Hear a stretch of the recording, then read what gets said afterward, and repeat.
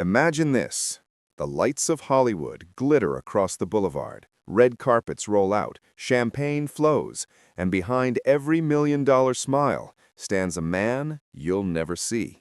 A man who doesn't do interviews, doesn't walk red carpets, but owns a piece of the dream and a bigger piece of your soul. Because long before Wall Street found Hollywood, the Mafia did. And tonight, we're pulling back the velvet curtain on how organized crime built, funded, and controlled the golden age of American cinema. Stay until the end. The truth will change the way you see your favorite films forever. They called it the golden age of Hollywood. But behind the cameras and bright lights, a darker script was being written, one by men who didn't carry pens, but pistols. It started in the 1930s. Prohibition was over. The mob's bootlegging empire was collapsing. The bosses needed a new cash cow, something cleaner, something glamorous, something that made them look legitimate. And what was more glamorous than Hollywood? Meyer Lansky, Bugsy Siegel, Frank Costello, they weren't just mobsters, they were visionaries. While the public saw Clark Gable and Greta Garbo, Lansky saw distribution networks, laundering opportunities, and influence over America's mind. They understood one thing: cinema was the new religion, and whoever controlled the film industry controlled belief itself.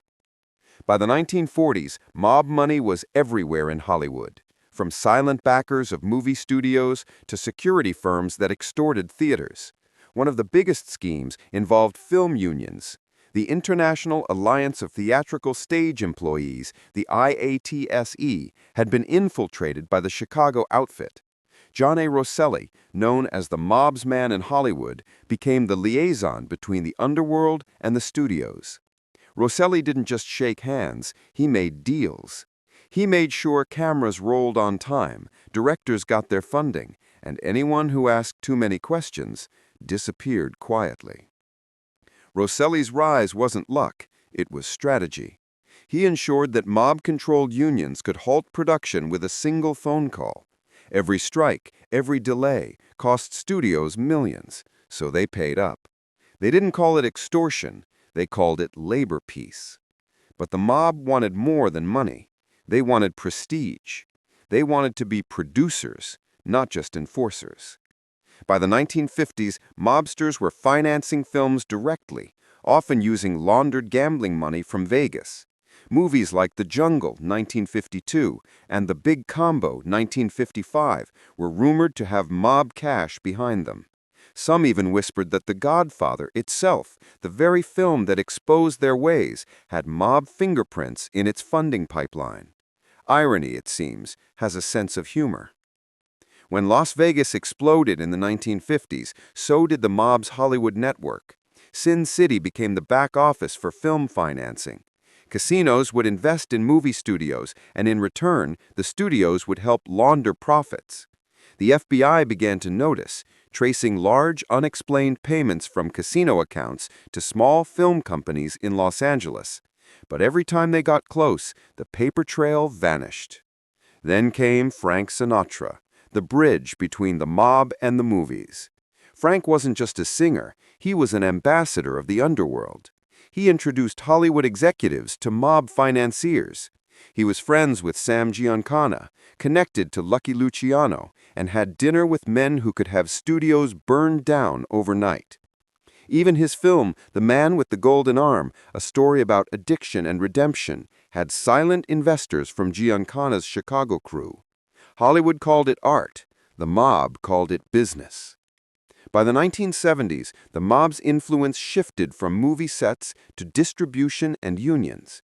They controlled who worked, who didn't, and where films were shown. The Teamsters Union, led by Jimmy Hoffa, became another weapon. Through the Central States Pension Fund, mob bosses poured millions into Hollywood projects under the guise of investment. Some of those loans built real studios. Others funded flops that never made it past the cutting room floor because the goal wasn't box office success. It was clean money. Hollywood was the perfect laundromat. You could invest in a movie for $5 million, report a loss, and suddenly your dirty casino money looked clean. No one questioned it, because in Hollywood, failure is normal. Behind the scenes, mobsters attended premieres, dated actresses, and drank champagne next to the very men they extorted a decade earlier. They became insiders, invisible but indispensable. But every empire faces its downfall. In the late 1970s, the FBI launched Operation Silver Screen, targeting organized crime's infiltration of Hollywood unions. Dozens were indicted. Johnny Rosselli himself was called before Congress to testify on mob involvement in the movie business, and soon after, his body was found floating in an oil drum off Miami. They called it a warning, a reminder that the credits never roll until the boss says so. And yet, the influence never truly vanished. Today, the mob's heirs have traded their cigars for spreadsheets, their Tommy guns for tokens. Private equity, crypto-backed film funds, offshore investors. The tools are different, but the game remains the same. Money, power, influence. The holy trinity of every empire, legal or not. So next time you sit in a dark theater, watching heroes and villains battle on screen, remember this: sometimes the real villain isn't in the movie. He's the one who paid to make it. And Hollywood, it never stopped taking the money. It just learned to smile while it did it. If you found this story eye-opening, subscribe for more deep dives into the hidden alliances between crime, power, and culture. Because in this world, the truth is never filmed, it's financed.